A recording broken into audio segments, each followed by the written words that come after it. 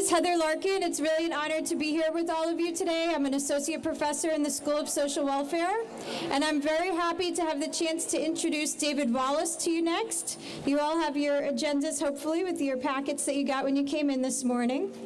It was a terrific presentation by Susan Dreyfus.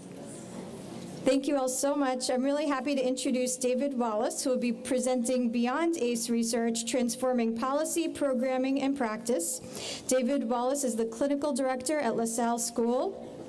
With nearly 20 years of child welfare and juvenile justice experience, Mr. Wallace serves as clinical director at LaSalle School and adjunct faculty at Sage Graduate School. Mr. Wallace is also an active trainer and consultant throughout New York and nationally on topics of sexual aggression and trauma. We're really honored to have him here presenting today. Thank you so much, David, and leave it to you.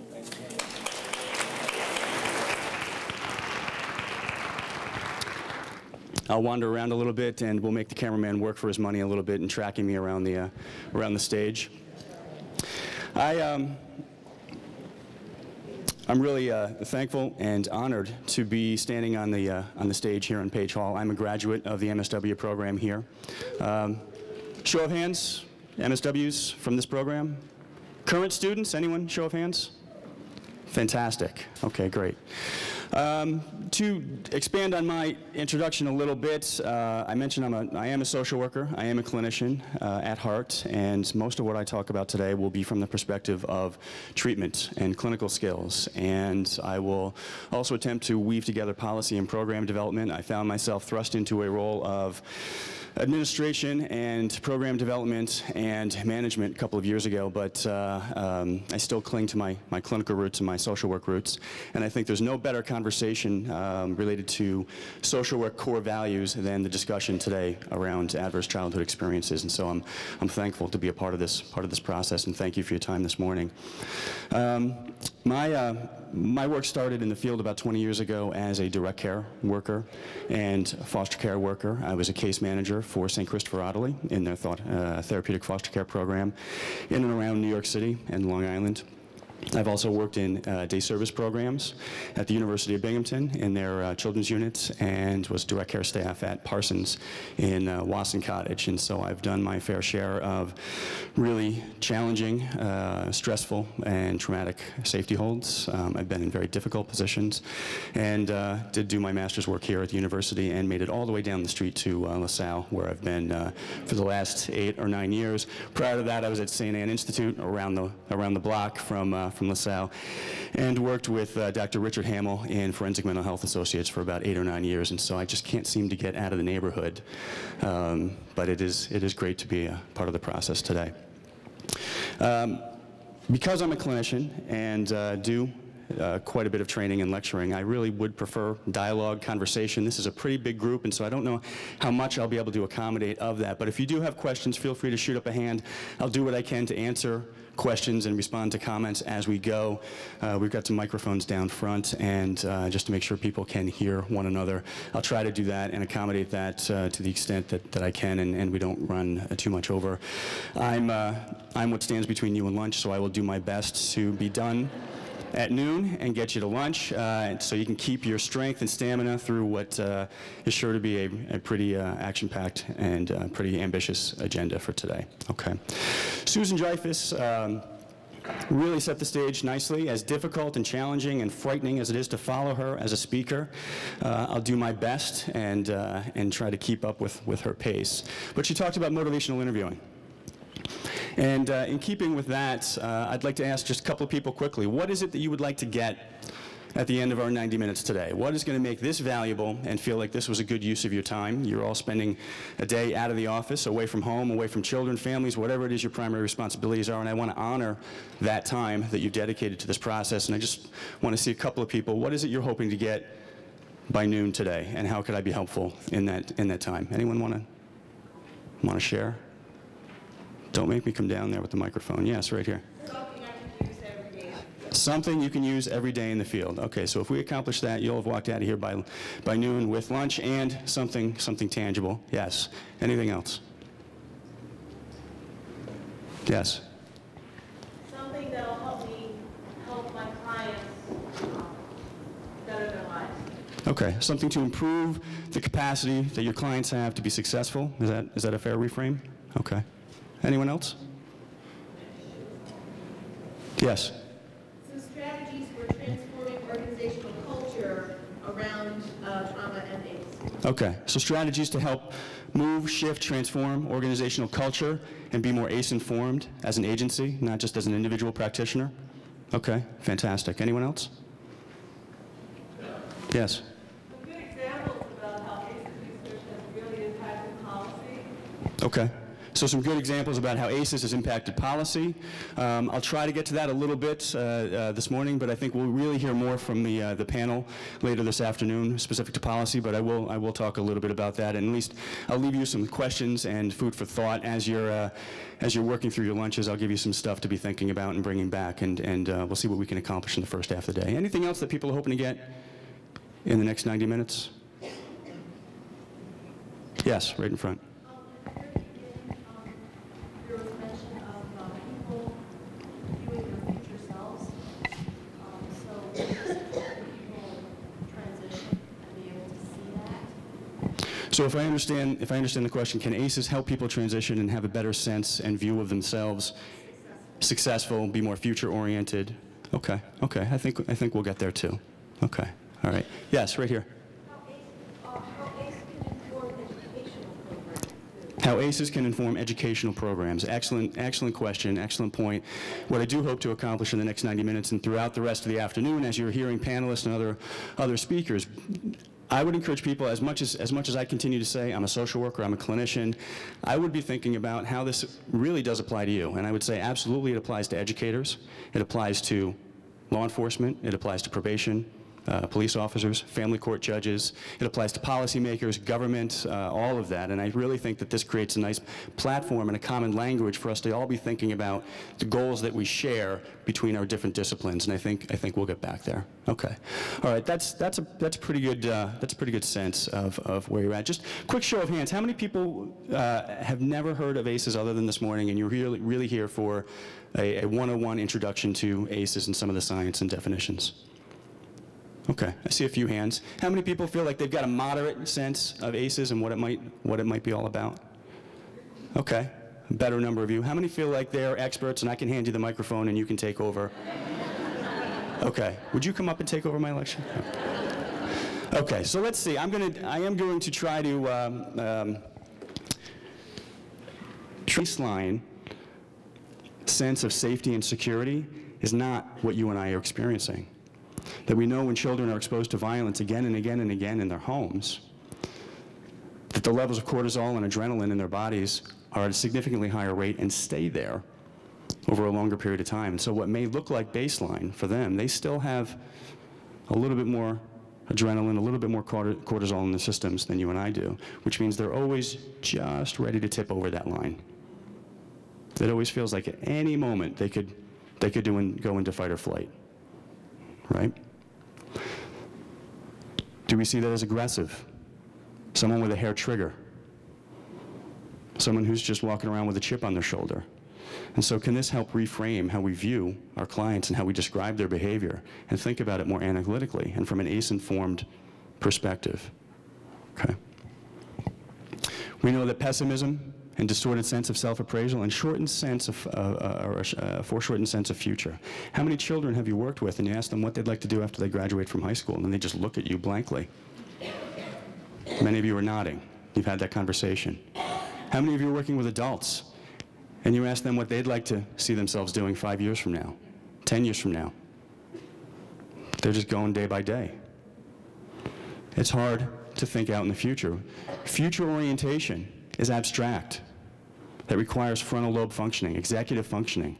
We'll talk about the impact that trauma, that violence has on the development of the frontal lobe and an individual's ability to think into the future and to think abstractly and to set goals and to be wary of potholes and things that could trip us up, which, by the way, is critical for cognitive behavioral interventions, for relapse prevention, to be able to think abstractly into the future about something that might trip us up? How many of you have worked with young children in a substance abuse treatment program and tried to talk about relapse, and they give you, well, it'll never happen again. I just won't do it. I just won't do it. I just won't do it. And as a clinician, we're sort of feeling like we're banging our heads against the wall. Well, you know, you say that, but you've relapsed 7 times, and this is your 3rd treatment episode. And we try to be logical, right, and rational. And they say, well, I just won't do it. I just won't do it. I just won't do it. Probably because their frontal lobes haven't completely developed yet, and thinking into the future abstractly is a real challenge, even for normal, typical kids that haven't experienced high ACE scores, and we'll get there in a moment too. Okay.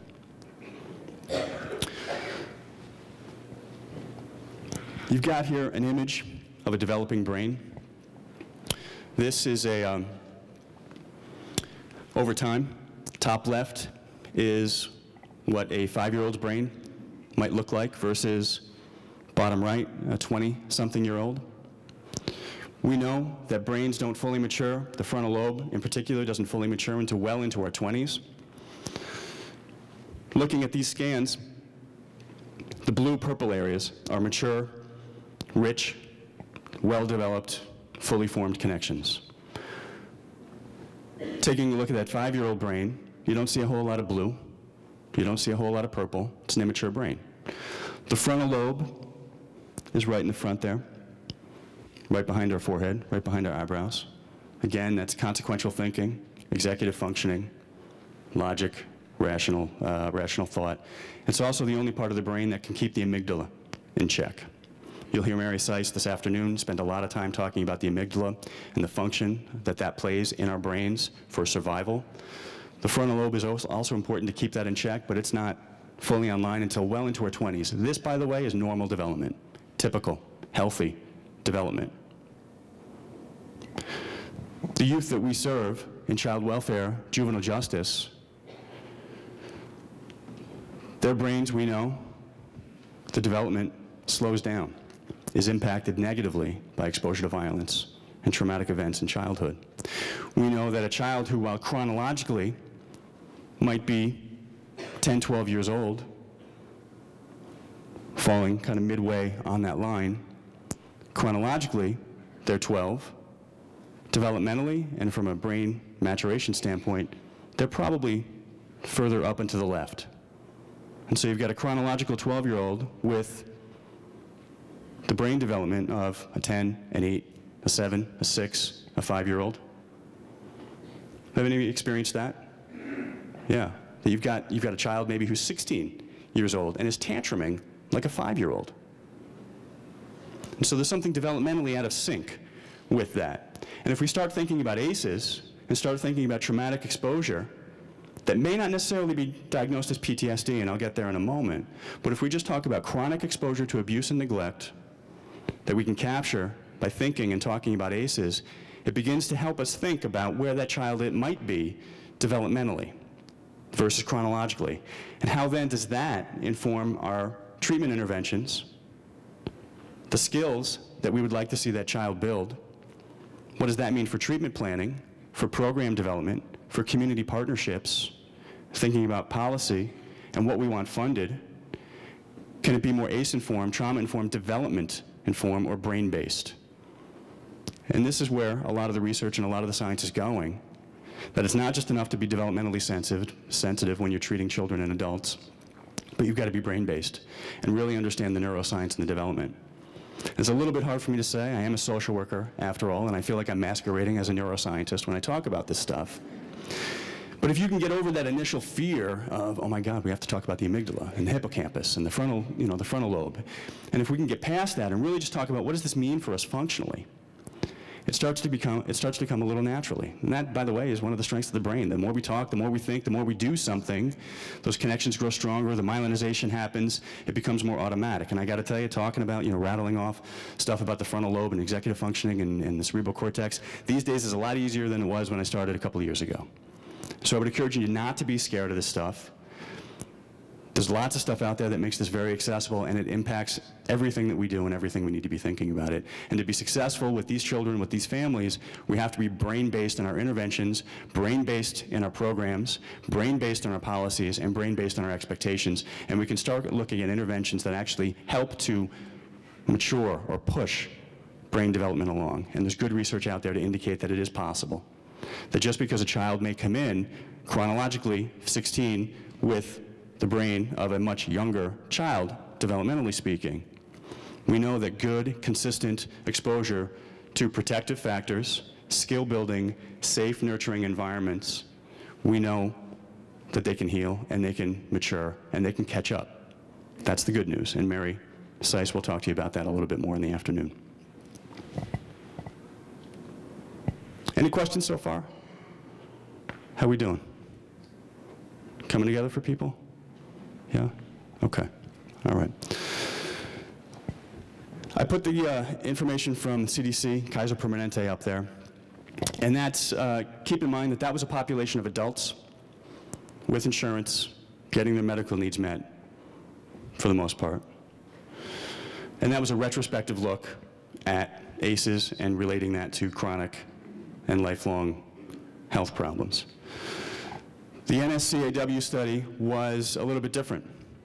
They took the ACE questionnaire and started asking those questions of children that had contact with the child welfare system between the ages of 2 months and 17 and a half years old, just shy of 6,000 individuals in the sample, and take a look at what they found.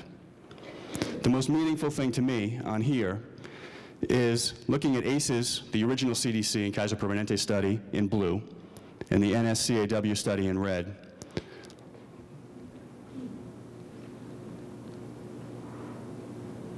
The number of individuals who scored 4 or more in the original Kaiser Permanente study, significantly lower than in the child welfare population.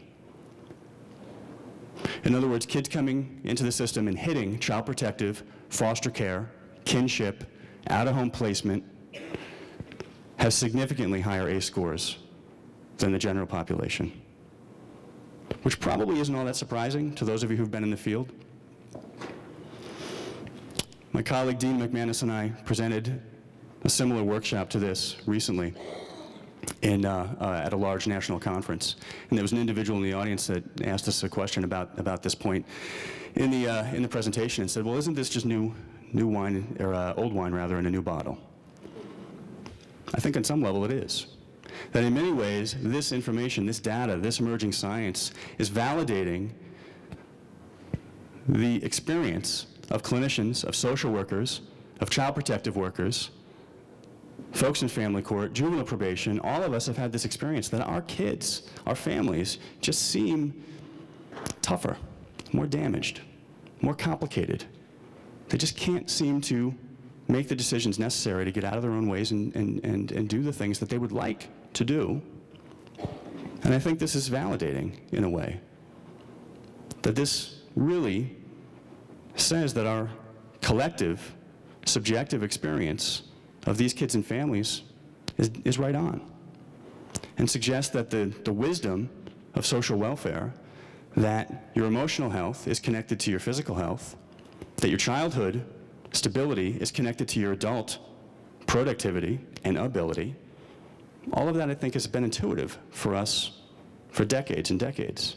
And the science has really coming together for us, which I think also, to Susan's point earlier, should be driving advocacy and policy and be thinking about flexible and innovative ways to fund, develop, grow programming, and to be more mindful of having impact here, and then watching that trickle down.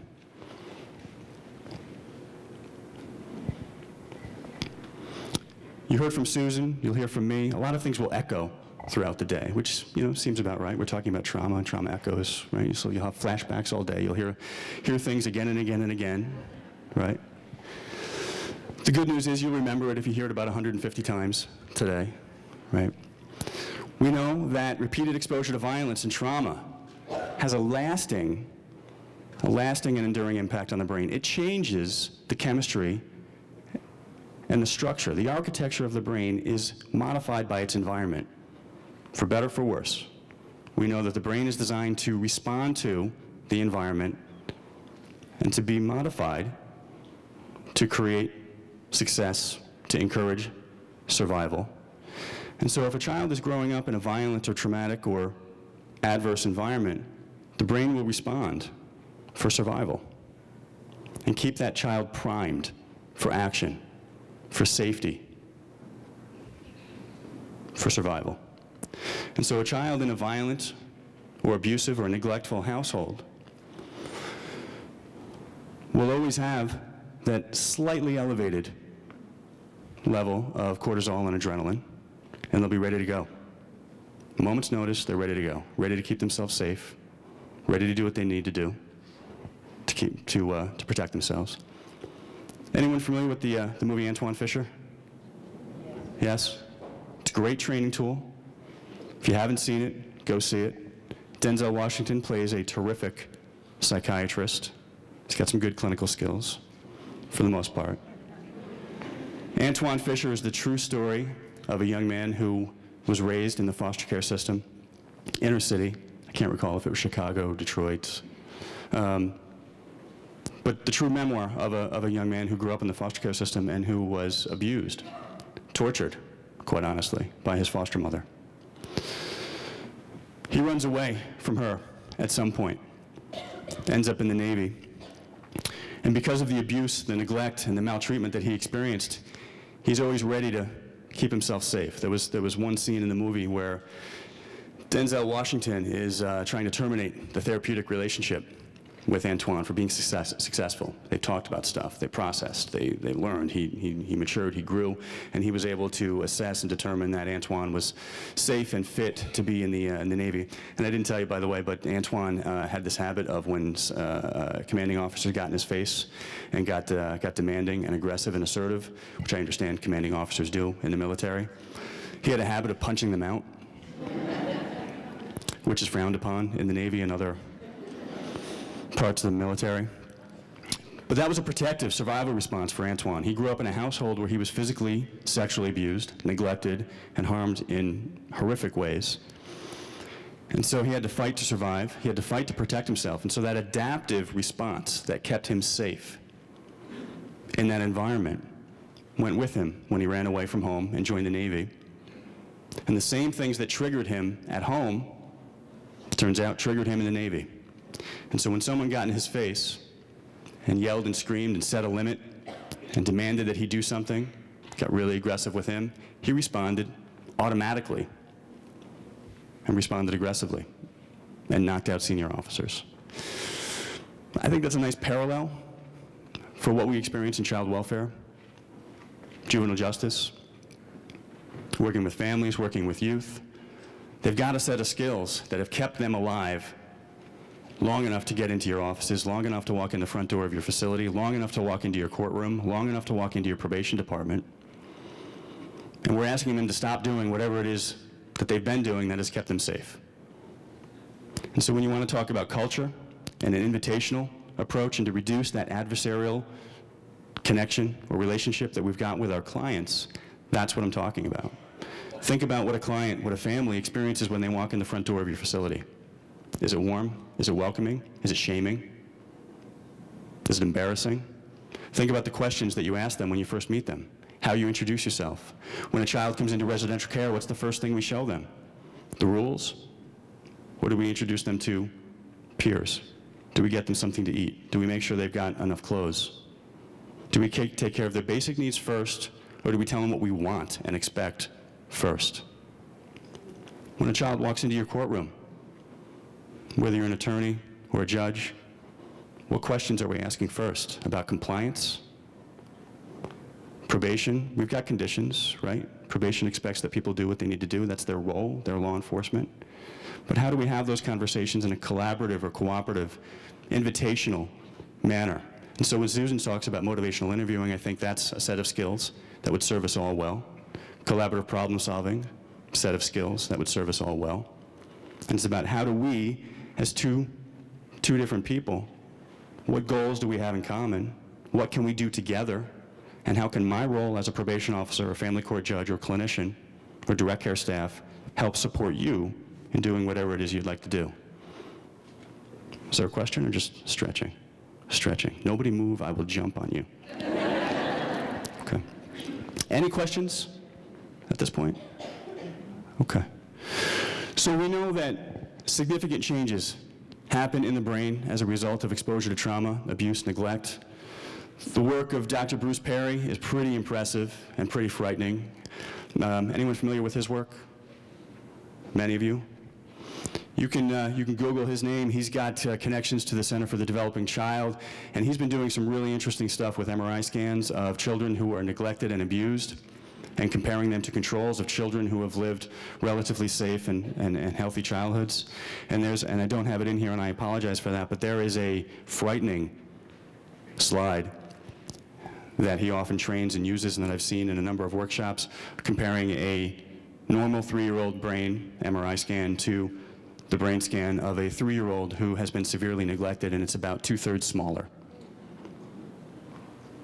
And that really says something about the role that environment plays in brain development, neuropathway development, neurogenesis, and maturity.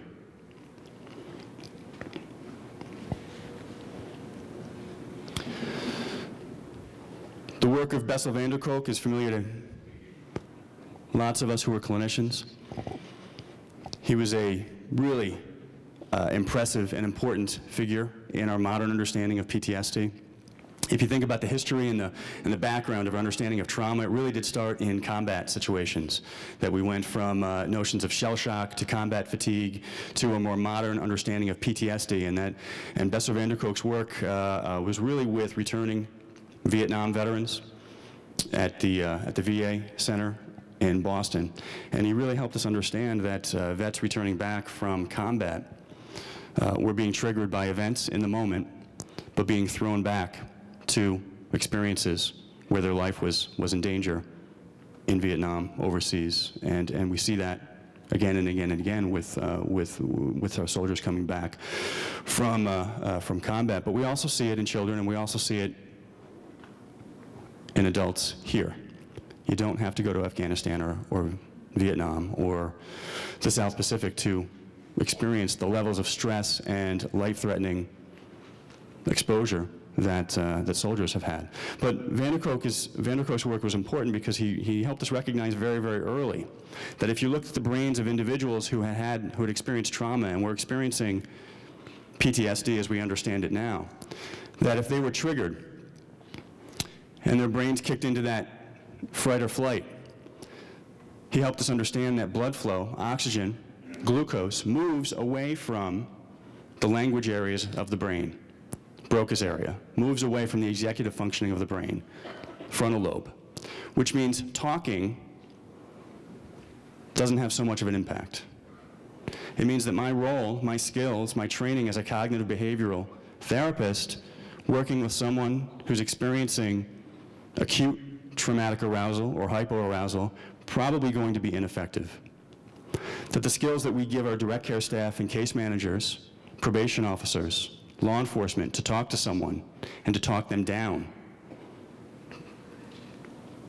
crisis intervention strategies that rely on verbal interventions, if we're talking about trauma, relatively ineffective. In fact, might make them worse. We could escalate the crisis. Our trainer at LaSalle is fond of saying that this is like throwing gasoline on the fire. And so when we talk about agency culture and training, if we're ACE-informed and trauma-informed, it really forces us to take a look at our interventions and where will they work, who will they work with, and under what circumstances are they effective. And that means we've got to be having some conversations with one another about whether or not that intervention worked, whether or not that crisis intervention was effective, or did it exacerbate the situation, and what can we learn from that? How do we get clinicians to be partnering and talking and communicating with direct care staff and faculty? What works in the dorm may not work in the classroom, may not work in the community, may not work in the group room. And so can we be context specific? And can we understand more about their triggers and what set them off?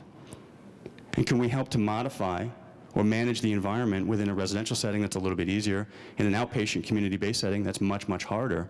But then can we help the client understand what their stressors, what their triggers are, how they respond to those stressors and triggers, and help them get better at identifying certain situations to avoid, or what coping skills they might need, and what supports they might be better off with from parents, coaches, mentors, other supports in the community. And so it really forces us to start taking a look at more of a multi-systemic intervention to resolving the impact of trauma with youth and families. We know that ACEs is related to chemical dependency.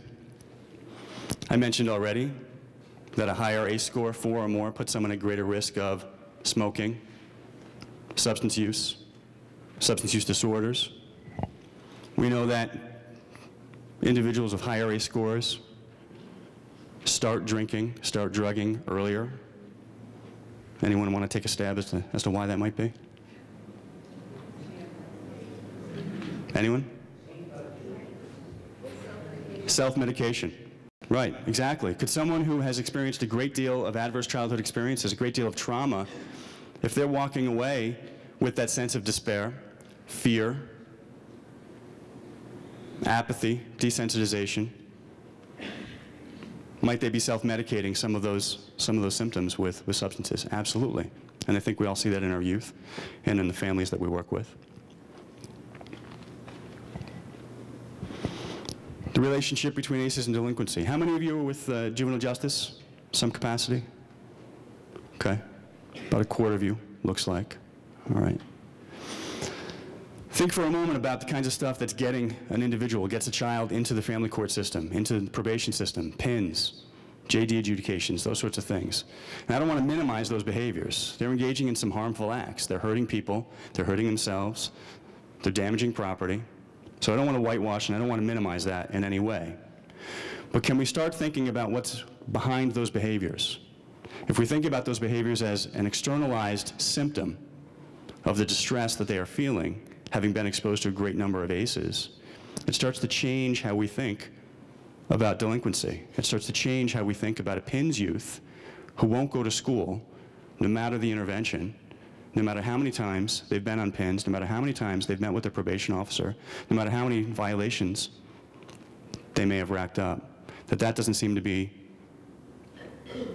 an effective intervention for a lot of the youth that we work with.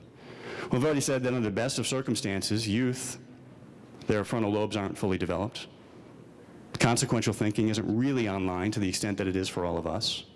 We've certainly all had the experience of working with a child, working with a youth in our care, and saying the same thing over and over again, and trying to lay out, well, if you do A, then B is going to happen. And if you do B, C is going to happen.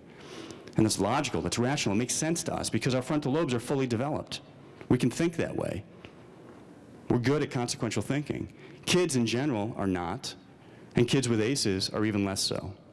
And so that intervention, that punishment, that consequence is not going to deter the behavior if that behavior is serving another more important need.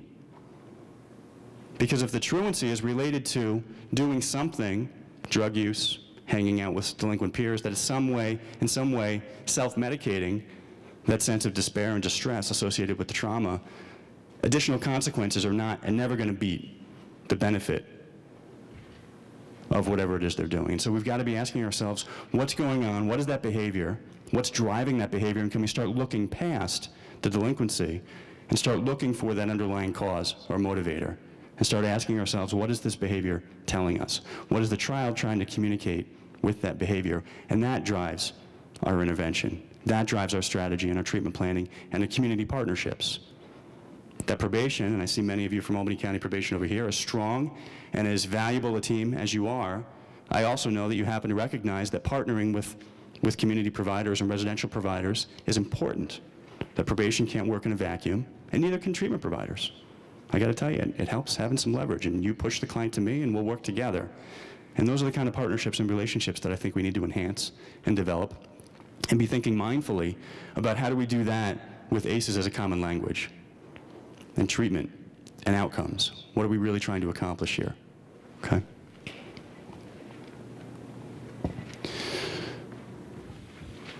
Taking another step forward with juvenile justice, we know that kids in the juvenile justice system have a great deal of mental health issues and diagnoses. That a snapshot taken in 2006 revealed that 43%, just shy of half, of kids in the juvenile justice system, and this is a cross system, this is diversion, this is detention, this is out-of-home placement, secure settings, non-secure settings, so really the full spectrum of juvenile justice. Slightly less than half of the individuals in that system have 4 or more mental health diagnoses. That's a pretty complicated kid. The most frequent ones: mood disorder, substance abuse disorder, bipolar, anxiety. PTSD, not so much. Studies really range. You can see studies that show as little as 0 to about 20 or 30% of kids in the juvenile justice system meeting criteria for PTSD diagnosis. Really depends on the sample, the study, how they come to that diagnosis. So again, if we can start looking past that externalizing behavior, past that delinquency, past the behavior that got that kid, got that family, got that adult into your office, and instead of just focusing on, and you'll hear this echoed again later when Mary Seiss takes the stage, instead of just focusing on what they did and start asking what happened, stop asking what's wrong with you, start asking what happened to you. Get past that presenting problem, get past that externalizing behavior, and start looking behind for what's driving that. And maybe it's underlying mental health, maybe it's trauma, maybe it's ACEs, and that, I think, is the language that we can share. Once we've gotten there, and once we've figured out what's underneath that behavior, what's the perpetuating factor? It may not be the cause, but it may be a perpetuating factor.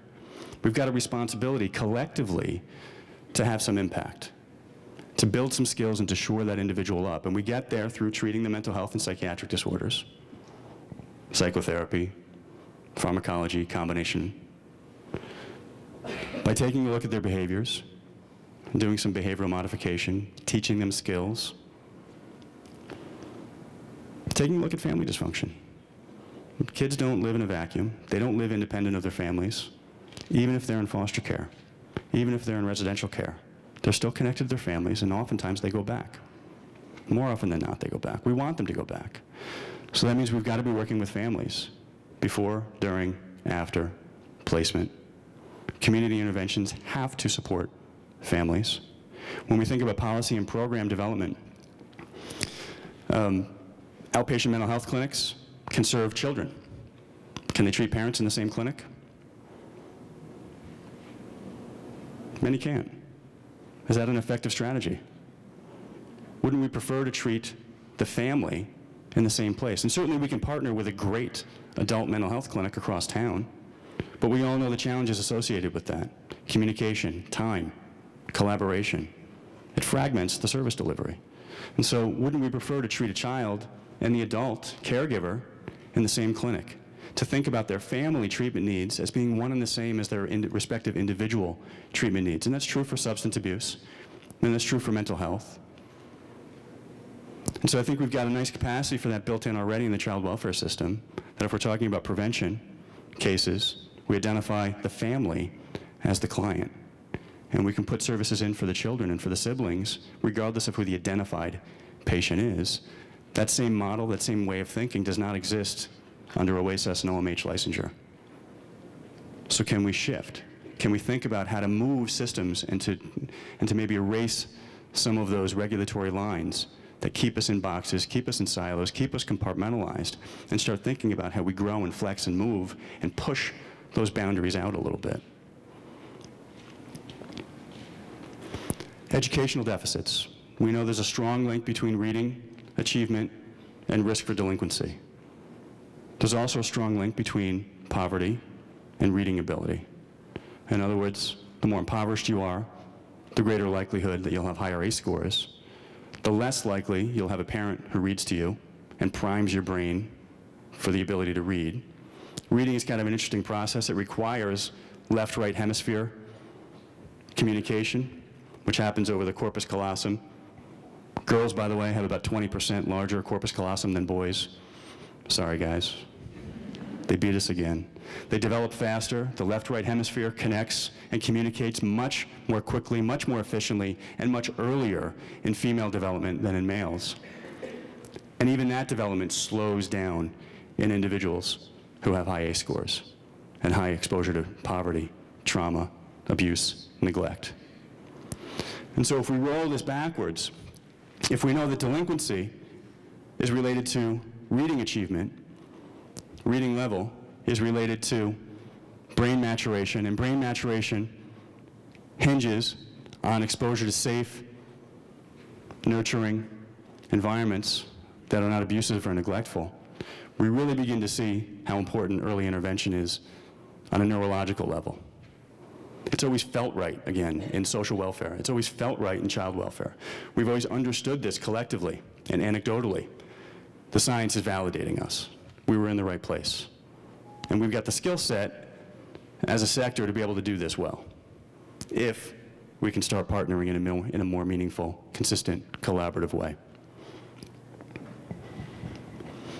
I mentioned before that many of the youth in the juvenile justice system have experienced a great deal of abuse and neglect, physical abuse, sexual abuse, exposure to gang violence, and they act it all out. I'm a parent, I've got 2 young children. They act out stuff they hear and see. Most of the time it's good. For those of you who are parents, you understand that kids act out how they experience life.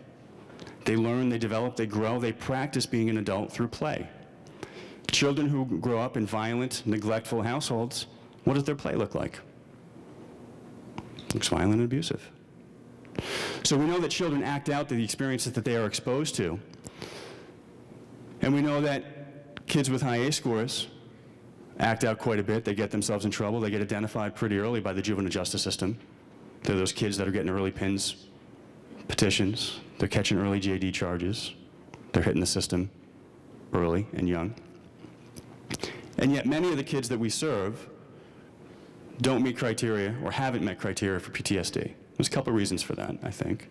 And I can just share with you off the top of my head, at LaSalle School, we serve about 78 youth in our residential program. And I'll talk about our ACE scores and our population in a moment.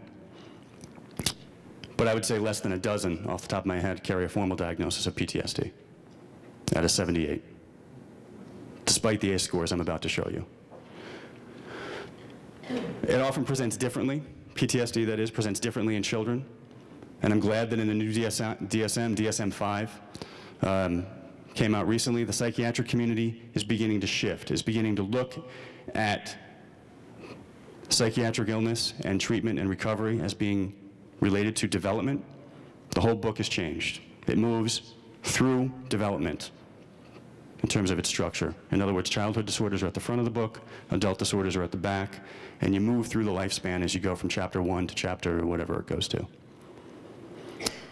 It's also carved out PTSD as being somehow different in children under 6 than it is for older children and adults, which means as a community, we're getting to understand that children experiencing trauma look different than adults experiencing trauma.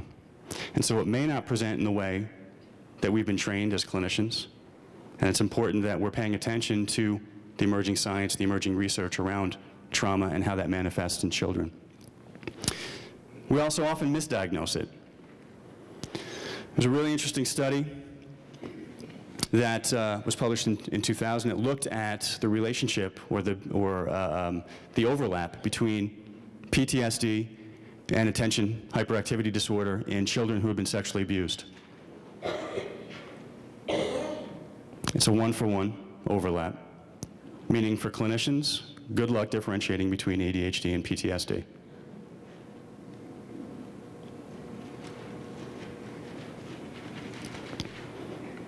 So are there children in our populations that we've misdiagnosed as having ADHD, are on a psychostimulant, and they just don't seem to be getting any better?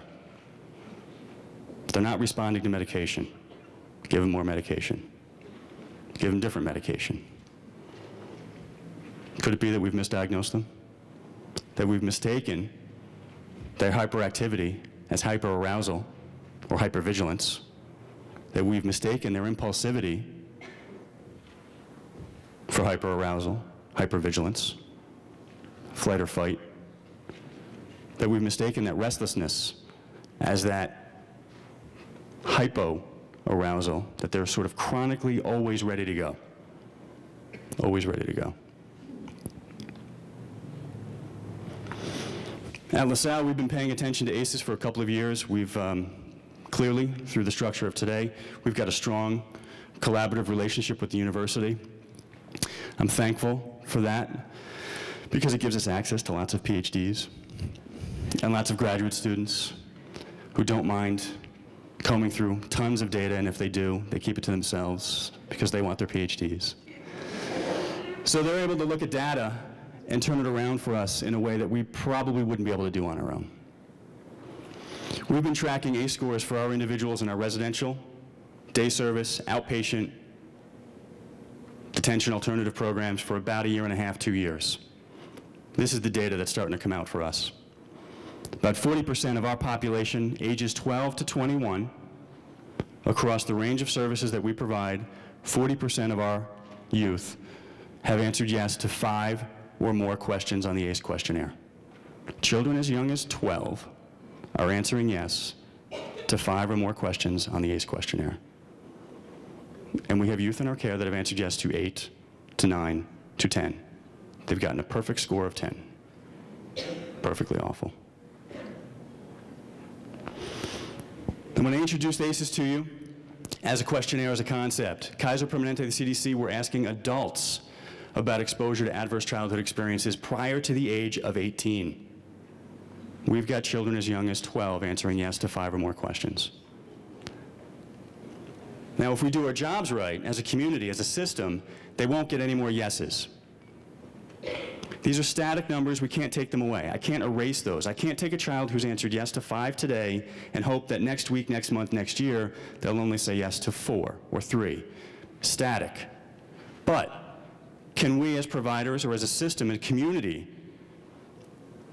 help to mitigate the impact of those ACE scores? Can we start thinking about where these children, where these youth, where these families are coming from? Susan talked about states that are looking at state samples of ACE data. I'd like to see zip code data. What pockets, what neighborhoods in our city, in our county, in our state have higher ACE scores than others? And what might that mean about program development, policy, funding, interventions? How can we start using this data to drive where we're spending money, how we're spending, and what we want to see be different a year from now, 5 years from now, 10 years from now?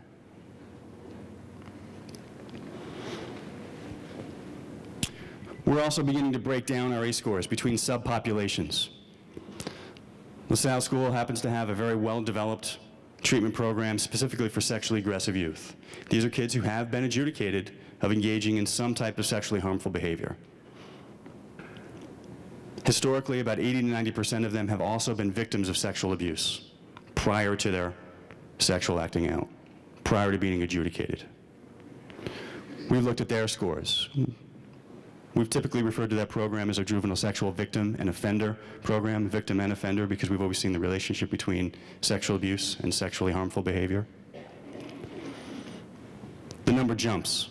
It went from about 40% to 63% of our youth in this particular program answer yes to 5 or more questions. So again, that anecdotal, that subjective experience that we've had as clinicians of being specialists in working and assessing with and managing risk associated with juvenile sexually harmful behavior, we've recognized a linkage between their own histories of abuse, neglect, assault, and their acting out, their sexually harmful behavior. And so what does this mean in terms of program development? If you're working with offenders, whether they're sexual offenders or other violent offenders, do we also have to pay attention to the trauma they've experienced? And that's a very different mindset. That we have to see offenders as having histories as victims.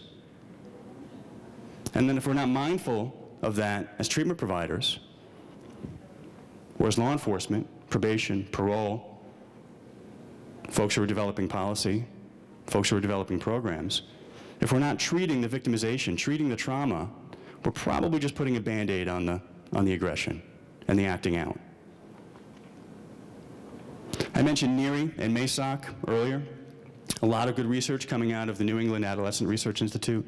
They looked at a population of residentially placed youth that had gone into residential care for sexual aggression and compared them to residentially placed youth who went into residential care for everything else. and they looked at outcomes and recidivism specific to sexual aggression, rearrest, and adjudication. Those two populations had equal rates of sexual abuse post-residential treatment after successful treatment and discharge, which is really interesting. When a youth comes into care for sexual aggression, we treat the sexual aggression and then send them on their way. When a youth comes in for physical aggression, theft, drug abuse, all the other things that kids get placed for, we treat them for that and then we send them on their way. But if they're both just as likely to engage in a sexually harmful act post-discharge, we've missed something. We've really missed something. And I think this is part of why. That we know that the trauma pops up and manifests in externalizing behaviors in a variety of different ways. And if we just sort of put our thumb on the sexual acting out, it'll pop up over here as something else. Or if we just put our thumb on the carjacking, it'll pop up over here as something else. We've missed the underlying cause or the underlying root, the precursor to that acting out behavior. We lost that in sight of treating the presenting problem, which is why I stressed earlier, as law enforcement, as family court judges, as probation, as treatment providers, get past that externalizing behavior and start looking at what's going on behind the scenes. Otherwise, it's going to pop up somewhere else, looking some other way, and they'll get in treatment for that. They'll resolve that. It'll pop up again. Might that have something to do with how often a kid or an adult hits our system in different places? It really starts to come together when you think about the collective experience of us in juvenile justice, mental health, child welfare. It just feels like we're playing whack-a-mole with the problems. Well, maybe because the problem is the underlying trauma that we haven't successfully treated or mitigated. And it really changes how we think about program development, policy, treatment, and so on and so forth. Okay. Any questions, comments? We're doing okay? Yeah, right here.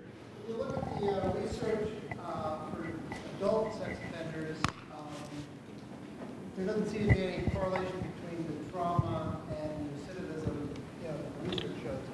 Are you aware of any current research on ACE scores with adults who are sexually active? The question is there a relationship between ACE scores and adult sexual offenders, that there may not be a correlation? And is that a fair question? The most current research shows not much correlation between recidivism and trauma. So the comment, the question is that there's not much correlation between ACE scores and adult sexual offenders. And I think a key difference between adult sexual offenders and juvenile sexual offenders is that we know that by and large, for the vast majority of juveniles who engage in sexually harmful behavior, it's not a deviant sexual arousal or pathology driving the sexual acting out. That it's a manifestation of the abuse, the trauma, neglect, the lack of social skills, a lot of other factors that are the driving factors of the motivation for that sexual acting out. Whereas when we're talking about adult sexual offenders, we're talking about individuals that have some pretty well-developed pathology, deviant sexual arousal and interests. They may still have exposure to sexual abuse, trauma, and other ACE scores, but we're talking about a very different set of etiological reasons for that behavior. And so I would caution some of that some of this probably doesn't overlay to most adult sexual offender populations, but certainly there are many that are. And I've treated my fair share of individuals who have acted out as adults, and developmentally, cognitively, in terms of brain maturity and emotional maturity, they might be, 25, 26, maybe even, getting close to their 30th birthday, and in many ways they're acting like an adolescent. And that lack of judgment and that lack of decision-making and consequential thinking, to me, I would treat them more like an adolescent and less like an adult. And so it gets a little bit more complicated with adults. Does that go to your point? Building on what you said, is there any research on that subject? I know back to that group you talked about, that young adult 25 range, where looking at these scores would be applicable to treatment aspect. Yeah, the question is, is there any research that really looks at that subgroup of adult sexual offenders? Off the top of my head, I don't know, but I would point you in the direction of ATSA and the Massachusetts Association, so the National ATSA is really paying attention to ACEs. The keynote speaker at the national conference this year was talking about ACEs and trauma and talking about looking at different populations within the adult community and really seeing juvenile work as very different than adult. And so I'd say as a national organization, they're really paying close attention to this, and I'd be watching for studies coming out of ATSA. I'd really be looking at NERI and MASOC, that they've been way ahead of the curve in looking at that young adult population and kind of categorizing them a little bit more like juveniles than adults. And so I would look for names like Dave Burton or Phil Rich, and I think you'll find what you're looking for there. Yeah. Can you see what ADSA is? ATSA is the Association for the Treatment of Sexual Abusers. There's a national organization, but each state has their own chapter. Yes?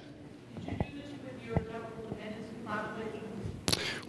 We are collecting the scores with our CD population, the ones that are in residential placement and outpatient. I didn't break out the numbers for you, but certainly can get data to you. I want to compare our population to the larger samples, that when we look at our sexually aggressive youth population, the JSOP youth, the blue, versus our general population, you see scores come down compared to the BRFSS sample from the CDC. This is that ongoing survey that Susan mentioned where states are looking at their overall ACE scores within larger communities. And so you can see, again, the echo here is our population residentially placed, significantly higher ACE scores, 5 or more jumping up significantly from the green in the national samples to the red in our general residential population to the blue in our sexual aggressive population. And again, trauma as an underlying factor, something that requires attention and treatment and intervention. Okay. I mentioned Joanne Schladel earlier, and I'd like to come back because I'm a big fan of hers, but she gives us a really nice theoretical model for intervention, for treatment, for practice, for thinking about how trauma works in an individual and what we can do to mitigate its effects. She talks about trauma as being a historical factor over on the left. It's something in the past. We can't erase it. It doesn't go away. The trigger is in the moment. It's in the present. It's something that fires the amygdala and gets that response that was protective in the past where the original trauma occurred. The trauma echo we think about often as flashbacks and how we're called back to that original traumatic event and that memory. And here's where Joe's framework is really interesting and how it really impacts what it is we're doing on a day-to-day basis with youth and families with high ACE scores. She talks about choices as being a conscious or unconscious process, that an individual can do something either automatic or more purposefully. That when we're talking about acting out or acting in, hurting others, hurting myself, these are the behaviors that kids are coming into our systems with. These are the behaviors that our adults are coming into our systems with, those acting out behaviors, aggression, theft, abuse, versus the acting in, the hurting myself, substance abuse, cutting, suicide, eating disorders, things that are harmful to me. Those things have a role in managing the distress associated with trauma. They're self-protective in the short run, but they don't really help us make better choices. They don't help us heal. They don't help us move forward. And so she really talks about treatment as helping a client understand this pattern, understand that they have choices, understand that with skill building and skill development, they can make different choices and move toward healing and self-acceptance and taking care of ourselves and the people around us. And again, Mary will come back here later this afternoon after we break for lunch, and we really will talk about interventions and what we're understanding more and more about brain science and how that influences treatment. I really struggled over the last couple of days developing the last couple of slides here. I felt compelled to give you all the answers and to send you all marching back home and to your agencies and back to work tomorrow with a list of things to do. And I realized I don't know all the answers. But I trust that you do, or you'll figure it out. You'll take what you've heard today. You'll think on it over lunch. You'll talk to each other. You'll start that creative process with one another if you're here with colleagues. You'll be energized. You'll go back tomorrow and start talking to your peers. You'll start thinking about it.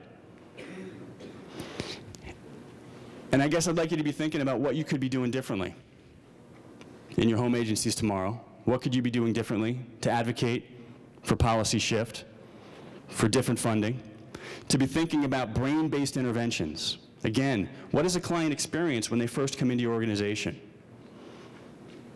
What's it like for you? Walk through your lobby, pretend you're a client. Is that a warm, welcoming, inviting experience? Or is that shameful, embarrassing, not so nice? How might that impact engagement, motivation to keep on coming back? I don't know about you, but when I go to my doctor's office, the receptionist hardly ever looks up at me. I'm not a big fan of that. It'd be nice if she'd make eye contact with me. I go to my pediatrician, well, my daughter's pediatrician. He's typing away at the laptop while he's doing an exam. Doesn't look up at me or at her. I find that troubling. Can we think about our daily practices and how we respond to the individuals that we're working with and start thinking about it from their perspective?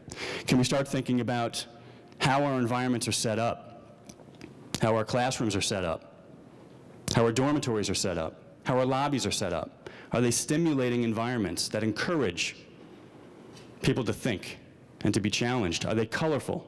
Are they engaging? Are they warm? You walk into many congregate care facilities and they're pretty stark, pretty gray, pretty bland. They've got that furniture that you couldn't possibly break if you threw it off a 10-story building. The same beige-colored walls in every facility. Can we start using blue? Red? Can we ask a child what their favorite color is or what their favorite food is coming in? Can we allow them to bring materials from home that make them more comfortable? Can we help them feel acclimated and cared for before we start hitting them with the rules and expectations and explaining the level system? Can we think about what they need versus what we want? And how do we start changing how we interact with our clients? I've talked already about how we reframe pathology and stop thinking about resistance as a dirty word. It's protective. I took an ego psychology class here, just down the hall. And I was taught that resistance is protective. If someone's not ready to talk about something, there's a reason for that. And as clinicians, I think we sort of feel compelled to kind of blast through that wall, and you gotta talk, you gotta talk, you gotta talk. Well, Mary will talk to you after lunch about how damaging and counterproductive that might be. And if you get a client to talk about their trauma before they're ready and have the skills to manage what's gonna come up for them emotionally, you just did some harm. So can we think about pacing and timing and trust? There's a lot of pressure on us as practitioners to get in, fix, and get out fast. Kids are coming into care later and later with more complex behaviors. We're shortening the time that they've got with us, and we're expected to offset the damaging effects of all this stuff. I would say this makes us, it forces us to take a look at what we really expect in 6 months of residential care. What can we really achieve? Do we need more time with certain children? Absolutely. And if they leave at 6 months, what community supports do we need to have in place to ensure that they will continue to get safe, nurturing environments that encourage neurogenesis? The good news in all of this is that while as scary and upsetting as it might be to hear that children's brains are literally smaller as a result of exposure to trauma and adverse childhood experiences, there is also new and exciting emerging research that's indicating that growth and neurogenesis and maturation and catch-up is possible. That in the right kind of environment, with the right kind of supports, and the right kind of skill building, the brain can regenerate and grow and develop new pathways, and a kid can catch up. It probably doesn't happen in a day. It probably doesn't happen in a week or a month, or in even 6 months of residential care, or in 2 years of outpatient care. But it's over time, and it's with consistency and a community wrapped up around that child. It's schools working with law enforcement, working with courts, working with providers, working with mentors, educators, parents, caregivers, extended family. So when Susan talks about how are the children, how are we doing, what would make a healthy community, ACEs, I think, gives us a nice platform to be starting from, some common language, and some goals.